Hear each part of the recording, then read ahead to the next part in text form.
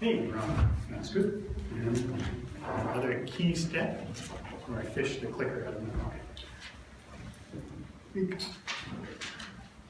So, writing systems often evolve over time, but many of them, perhaps even most of them, were actually invented at some point, whether they evolved afterwards or not. For some of them, we even know who invented them and when. Today, I'm talking about two very new writing systems, one that tries to promote peace and reconciliation, and the other hoping to preserve a culture and promote literacy. So, Sri Lanka is at the exact center of this view of the globe. Think a large island just southeast of the southern tip of India there. It's famous for its lush tropical beauty, in some circles like mine among geeks, having long been the home of science fiction writer and scientist Arthur C. Clarke, the guy who wrote 2001, invented the communications satellite, and also for having had a bitter civil war for over 25 years. So to understand Amma, which we're going to be talking about, you need to understand its historical and social context. Sri Lanka is about 75% Sinhala people and 9% Tamil, plus a bunch of other much smaller groups. The ethnic conflict between Sinhala and Tamil got most of its start and impetus in the immediate post-colonial period of the 1950s, with nationalists from the Sinhala majority making Sinhala the sole official language of Sri Lanka as a form of nationalism and expressing independence from the British and all those other understandable things, and also suppressing Tamil at the same time. Now, there are other religious and cultural differences between the two groups. Sinhalese are primarily Buddhist, Tamils are mostly Hindu, but language has been a major focus of this conflict. Some people would say the primary focus.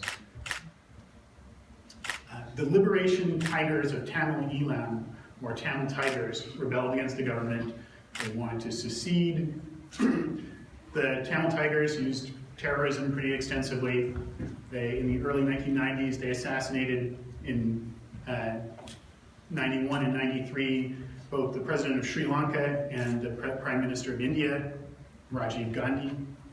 The government, for its part, used brutal repression, and about 12,000 Tamils disappeared. At least half of those are confirmed as having been killed by the government. The Civil War ended in 2009 when government forces killed the last cornered Tamil Tiger rebels under relatively controversial circumstances. Nobody surrendered. They died to the last man because they were fighting. Yeah, sure. Now, interestingly, the Sri Lankan constitution actually changed in the 80s to include Tamil as an official language. But over 80% of the Sinhalese majority believe that Sinhala is the sole official language of Sri Lanka, despite that not actually being what their constitution says. So today, the greatest challenge facing Sri Lankan society in many people's minds is how to reconcile these formerly warring cultures in an atmosphere that international monitors are still labeling as having ongoing serious repression and human rights abuses. So let's back up 2,000 years. As writing systems, like other Indic writing systems, Sinhala and Tamil are both descendants of an original Brahmi writing system, seen here on an inscription from Sarnath on a pillar. But Sinhala and Tamil have been quite differentiated for over 1,000 years now. Even back in the 7th century, they were, quite differentiated. We're just tracing one particular character here in its evolution, but you see similar things across all the characters pretty much. So, a designer, Pathumi Gadawada, decided that with language being a major symbol of the conflict, one way to promote reconciliation would be to create a single writing system that would be mutually readable by readers of both Sinhala and Tamil, which to people from these cultures, this is like saying, okay, we're going to create a genetic hybrid of cats and dogs. And people's brains explode when they hear this. I'm figuratively, but still. So originally under the name of Other Letter, his design, Amma, was first presented 2 years ago as part of his BA in graphic design. And here is his process, essentially. So that's the Sinhala version of the letter, and that's the Tamil version of the same letter. And first he tried to figure out what they had in common and did a quick sketch, and he would evolve that into final glyphs. Now, in some cases, you can really see the common heritage very easily, and coming up with a hybrid, this is not like a difficult case. So this is one of the easy cases. In other cases, though, they're really freaking different. So you look at these two things, and the main thing they both have in common is they both have 2 dots. And Pathum came up with a very innovative idea here. So he took, he sort of has glued the 2 shapes together and kept the 2 dots in the same relative position, relative to what would be the primary part of the shape for each thing, and comes up with this. And so in general, he says his experience is that for almost all the letters, even by themselves, let alone in context, people can fairly quickly recognize what it is. It's like ambigrams too. Context helps, so the exact same shape in a different circumstance can also get interpreted differently. And here's another fairly nasty case. So you look at these two initial shapes and try overlaying them and crossing them over. Here's the final outcome. Now, these different compromises and gluings actually have some fairly interesting effects. So because of this complexity of how he's combining these shapes, here's another case similar to the one we saw earlier, where you have to adjust the heights of both sort of components almost in the combined shape. He has sort of multiple ascender lines, 2 base lines, and multiple descender lines. So there are some consistent heights, but there are a bunch of them. It's a much more ranging set of heights in the final typeface, so it looks a lot more lively than either original typeface. So here we see a bunch of glyphs on the grid.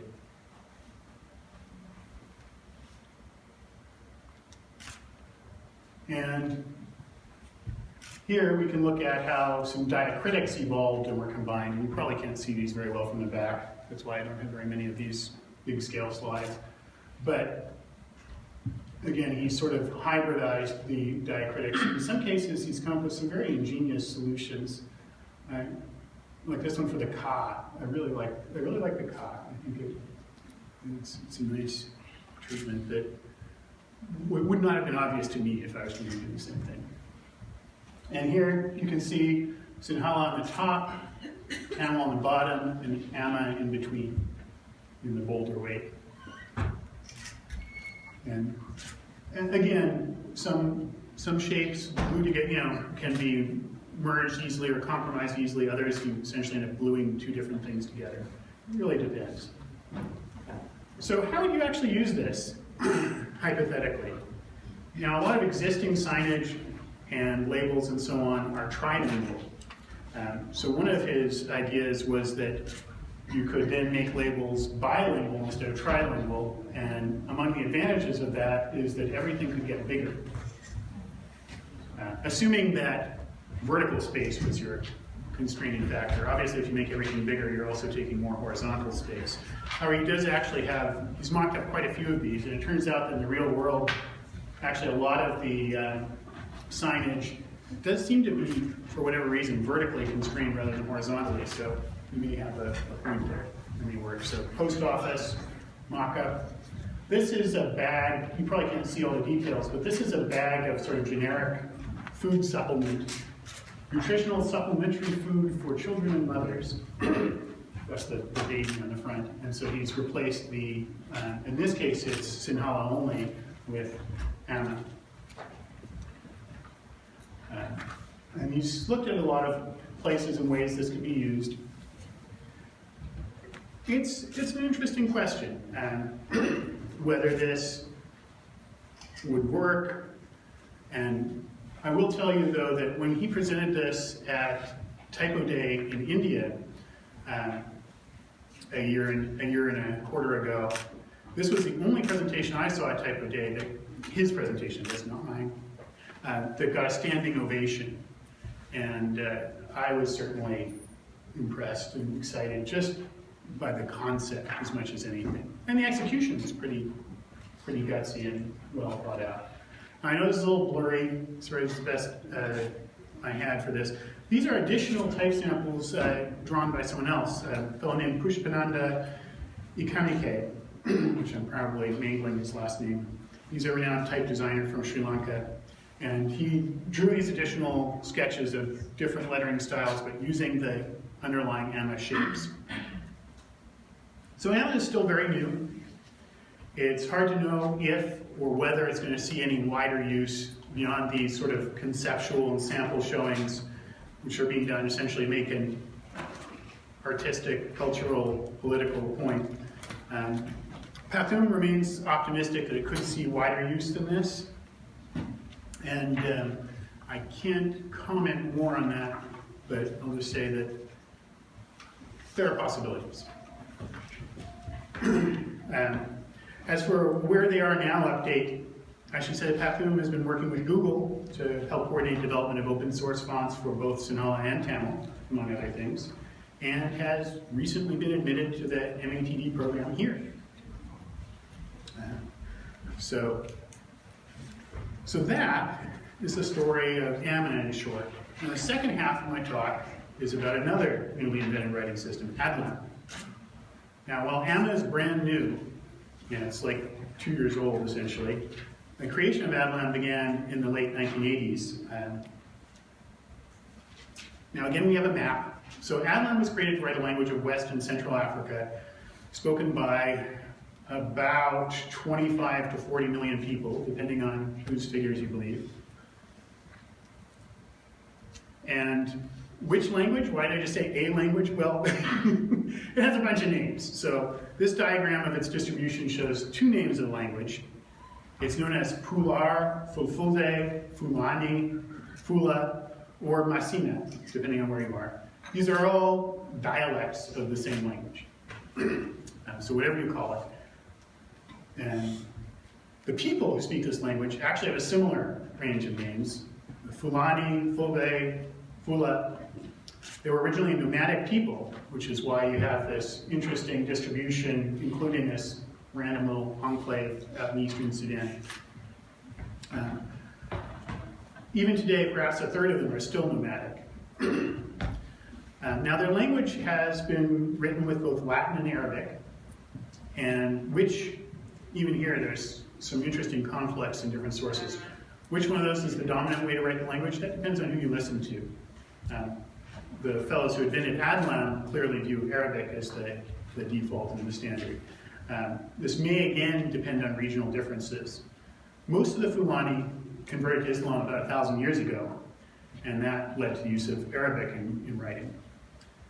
Literacy to write their own language may be as low as 25% and varies regionally, and that along with the nomadic elements of the population helps contribute to this whole uncertainty about actual usage level of different writing systems, even about how many Fulani people there are. And even their spoken language has been on the decline. Although in some places they are the largest single ethnic group. So where did this new writing system come from? Well, speaking of places where they're the largest single ethnic group, Guinea is one of those, and it's one of about half a dozen countries where the Fulani language has an official status. Around 5 countries, by my count. The Fulani are the largest single ethnic group in Guinea, although they're not politically dominant. And this little town in one corner, far off from the capital of Conakry, in Zerikore, which I'm probably mangling, in the southeast corner, that's where the Berry family lived in the late 80s. And this was their house, their home. And that's Ibrahim in the middle. Although his name has an A on the end, it's spelled like Ibrahim, it's pronounced Ibrahim. And that's Abdoulaye in the back there. Now, it was common practice then especially for the rural or especially the nomadic Fulani, to communicate with distant urban relatives or parents via letters carried by travelers. And the Berries say these letters were generally written using the Arabic script, and often there would be a particular reader who would read letters for their community. One of the reasons that you would need a particular reader, first there's low literacy in the first place, but on top of that, Arabic representation of the language, Fulfulde, has never been standardized. So actually reading these letters could sometimes be a very challenging exercise for the recipient. It was often kind of a guessing game, because a lot of the Fulfulde sounds have no obvious best match Arabic representation. There are sounds in Fulfulde that are not in Arabic, and a fair number of them. Now, the Berry brothers' dad was one of these readers, and the kids would get to read letters after he'd finished with them. And they got so good at it that eventually he started asking them to do the reading instead. And one day, the boys asked their dad if there was an alphabet specifically for Fulfulde. And he said no. And they were like, well, that's dumb. And so they decided that very day to invent a new writing system to improve literacy and communication for their people. And every day after school, they would hide away in their room to work on their new alphabet. And yeah. So the name Adlam is actually based on the first 4 letters of their alphabet, their new alphabet, and it's also an acronym for a Fula phrase, Halkule Dambede Lenyo Am Mulugu, the alphabet which protects my people from vanishing. So clear message about purpose here. That's not the only purpose, literacy, protecting language and culture, and also pride and self-worth. What they've said about it, and I quote, the Adlam alphabet has become a cultural phenomenon in Guinea and many West African countries where it serves the purpose of educating and informing people. The alphabet is also viewed as a source of pride for the Fulbe and Afrocentrists and as an important tool for the preservation of the language and heritage as it faces growing challenges from French and English. So here, it's a little dim, but here's one of their first drawings of the alphabet. I think this is a full one, 4 by 7. Yeah, that's when they got up to 28 characters. An early notebook. And this could represent any Fulfulde sound, and most other West African languages as well. There's a later book which they specifically created for teaching. They've separated out the 5 vowels there from the other 23 letters. So a notebook they were using to teach the language. Here's a later version, sort of first generation Adlam textbook. So at this point, they're writing the books out by hand, but they are being printed as books and reproduced en masse. And you can see the writing still has a very handwritten appearance. They're not using fonts at this point. Now, I know you've already seen this picture, but now I'm going to point out this was taken in 1991. Ibrahim and Abdullah are teaching Adlam to others and promoting its use. They're like teenagers. They're not even old teenagers. I think they were like 12 and 14 when they invented this thing. They're just kids. I just think that's cool. Now, in the interest of time, I'm going to shorten the story a little bit. Abdullah moved to the US to pursue his own education and also to be somewhere where he could, at the same time, earn more money to fund Adlam promotion and literacy back in West Africa. Ibrahim first stayed behind in Guinea, and then he spent about 3 months in jail, which he says were basically because of fear of Adlam, to do with sort of politics and paranoia about an ethnic group that is large but not in power politically, suddenly communicating with this, what to the authorities seemed like a new secret alphabet, right? And there was other resistance. So Ibrahim, after he got out of jail, decided it was time to leave Guinea and move to the US. On his way to Portland, Oregon to live in the same city as his brother, he stopped off in New York City for a few weeks because there's a substantial Fulani community there, a major immigrant community. And he was promoting it and talking to people. And he was surprised this was not the first time obviously encountered resistance back home from outside cultures, but he actually got a fair bit of resistance from within the Fulani community in some circles. And one of the reasons for that appears to be that, Arabic is, as a writing system, is also, Arabic, the language, is also the religious language of Islam, and especially, particularly the Quran. And so trying to draw people away from Arabic and saying, oh no, literacy in this other writing system is more important and is better for you, could be seen as having religious implications. As certainly could translating the Quran into Fulfulde, because any translation of the Quran, they're not exactly illegal, but translations are just fallible interpretations of the original, and they're viewed as very much second-class things. Leaving Arabic behind could be seen as distancing yourself from the Word of God, and a bad thing. In any case, Ibrahim joined Abdullah in Portland, Oregon, where he is studying engineering and continues to earn money to promote Adlam.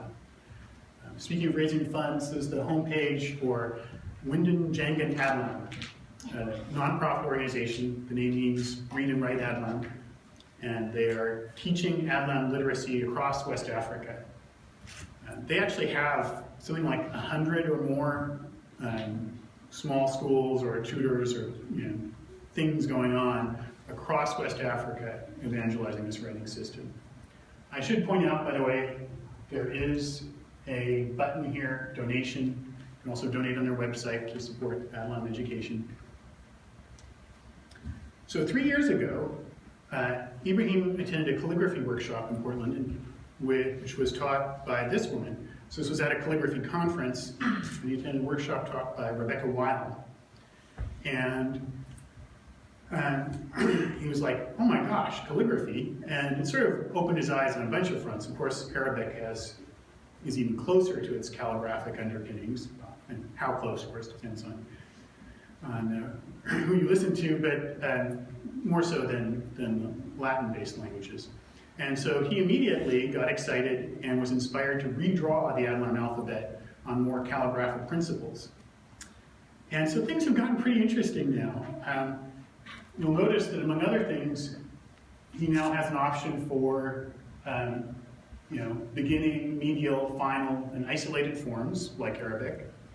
And so connecting forms, although, obviously these differ a lot less than in Arabic. In Arabic, many of the different positional forms, there's significant morphology change, and these are basically, it's not like you're not going to recognize the letter because it took a different position in this case, in most of these.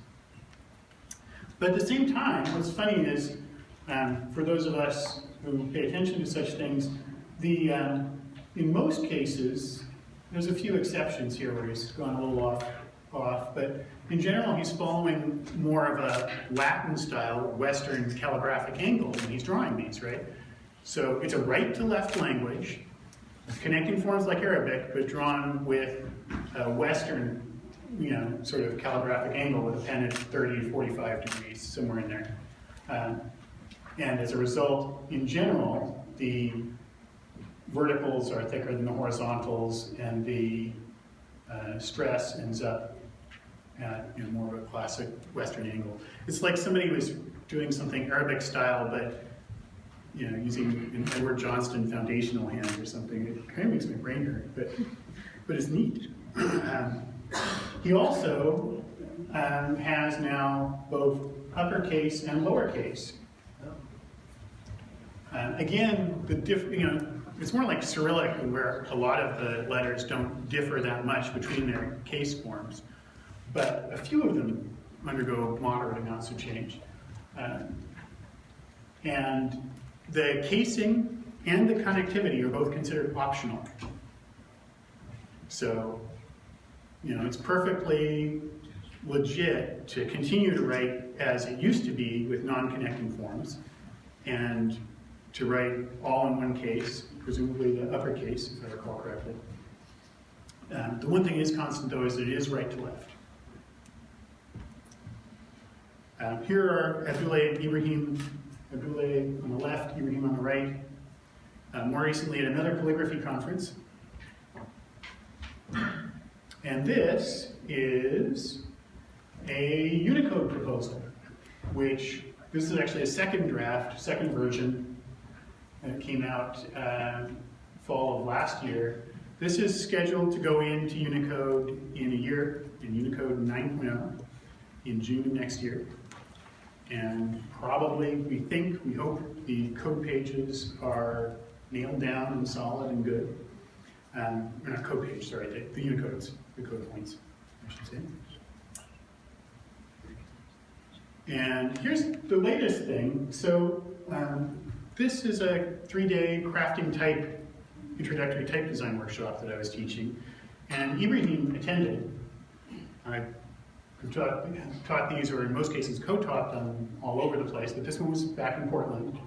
And yes, that's my older daughter there as well, who also took it. And Ibrahim had already started talking to me a bit from some of our font meetups that I host, and about doing new fonts for Adlam. There are a couple of existing fonts, but they are based on the old model of the writing system. And of course, he has done some pretty radical changes. You saw how much it's shifted. And just as typefaces, they were perhaps a bit clunky. They were designed by someone who was more of a technologist than a type designer. Plus, they used the Arabic code points instead of the new upcoming Unicode values. So there's a bunch of things. So I've started talking with them about making new fonts that would match their latest ideas about Adlam. I will admit that there are aspects of this that leave me feeling a little out of my depth. So without naming any names, since we haven't gone that far in the discussions, I'll say that I approached a certain well-known non-Latin type design group about collaborating and making a joint proposal for making open type fonts for these. And I hope we'll finish that proposal next month and go from there. So that's my story about a couple of new writing systems. I don't know what the future will hold for Amma, whether it's just going to remain a clever idea to promote reconciliation, whether it's going to see some experimental real-world use. It's an interesting question. I think it was certainly a moving idea, and I hope that it has that same kind of impact on people actually in Sri Lanka. Adlam, on the other hand, has already got something like 100 schools and tutors across West and Central Africa teaching it. For Adlam, the challenge may be instead whether this new calligraphic look takes off, or could it be rejected by the same people who are already using it? Or will this design change just slow adoption because there's sort of competing models? I'm pretty optimistic that the Unicode encoding of new fonts will help, and they could even re-encode the old ones, and that stuff being supported legitimately in Unicode in the long term will be good for them. So, any questions? Comments? And before I forget, I'll put up my slide of resources and links so you can take a picture of that if you need to. And I will have an article about the same stuff in the next issue of Communication Arts, by the way, coming out in the beginning of September. So yeah, this is my favorite stuff. Thank you very much for giving this talk.